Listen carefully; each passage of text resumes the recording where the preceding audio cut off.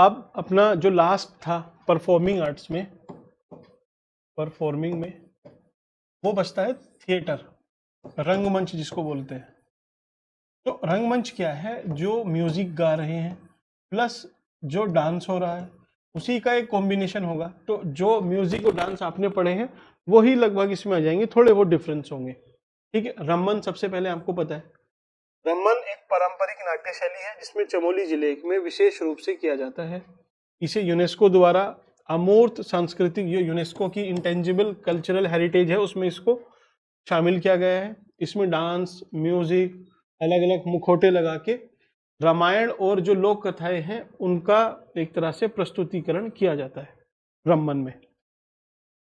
ये कहाँ है, कहाँ होता है, ये सलूर डुंगरी गांव है।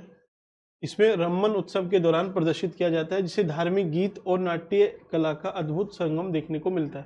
तो अगर आपसे वो पूछे, जैसे पूछा भी है पहले रंगमंच पे डायरेक्टली, तो वेयर कहाँ होता है, ठीक है, उस रीजन को लिख देना, टाइम लिख देना कब से हो रहा है, फिर थीम लिखना कि किस पे आधारित है, ठीक, और इसमें डांस होता है, म्यूजिक होता है, और बस ऐसे करके आप इसमें बोल बच्चन करके लिख देना अगर स्पेसिफिक पूछे तो।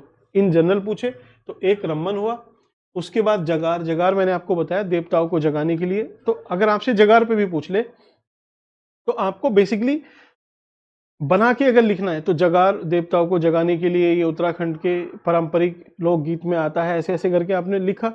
फिर इसमें जो ढोल डमरू ये यूज होते हैं, डांस परफॉर्म होता है और काफी उत्साहजनक है, ऐसे कुछ करके आप धार्मिक सामाजिक संकटों के समाधान के लिए आयोजित किया जाता है।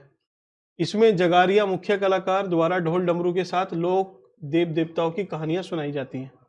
तो जगार रंगमंच बेसिकली सेम ही है। सेम मतलब क्या, डांस और म्यूजिक अलग अलग हैं, लेकिन थिएटर म्यूजिक डांस को जब आप कंबाइन कर लोगे तो लगभग एक ही चीज निकल के आएगी।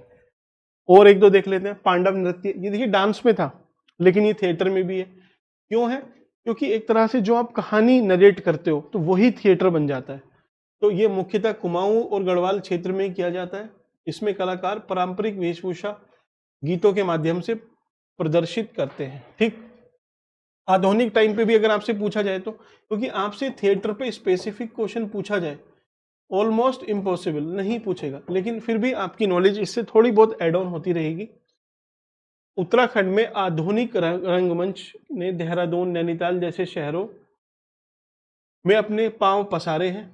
यह पारंपरिक कहानियों को आधुनिक संदर्भ में प्रस्तुत करता है और साथ ही साथ सामाजिक मुद्दों को उजागर करता है।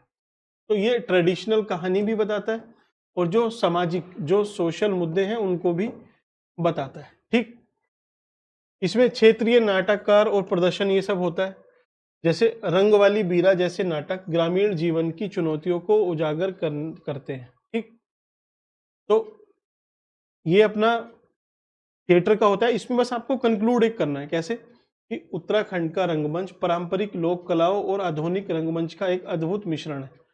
अब इसी को आप म्यूजिक में लिख देना, कंक्लूजन आपको लिखना है तो, कि उत्तराखंड का म्यूजिक पारंपरिक लोक कलाओं और लोक वाचनों, इन सब का एक तरह से अद्भुत मिश्रण है। जगार, रम्मन और पांडव नृत्य जैसे पारंपरिक प्रदर्शन जहां सांस्कृतिक धरोहर को संजोए हुए हैं, वहीं आधुनिक नाटक समकालीन मुद्दों पर चर्चा कर रहे हैं। जैसे मैंने आपको लास्ट बताया, ये वाला रंग वाली वीरा जैसे नाटक ग्रामीण जीवन की चुनौतियों को उजागर करते हैं।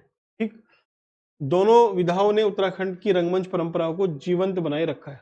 तो बेसिकली इसमें आपको बताने जैसा कुछ नहीं था, फिर भी मैंने आपको एक कॉम्प्रिहेंसिवनेस आ जाए ताकि आपके पास फोमो खत्म हो जाए।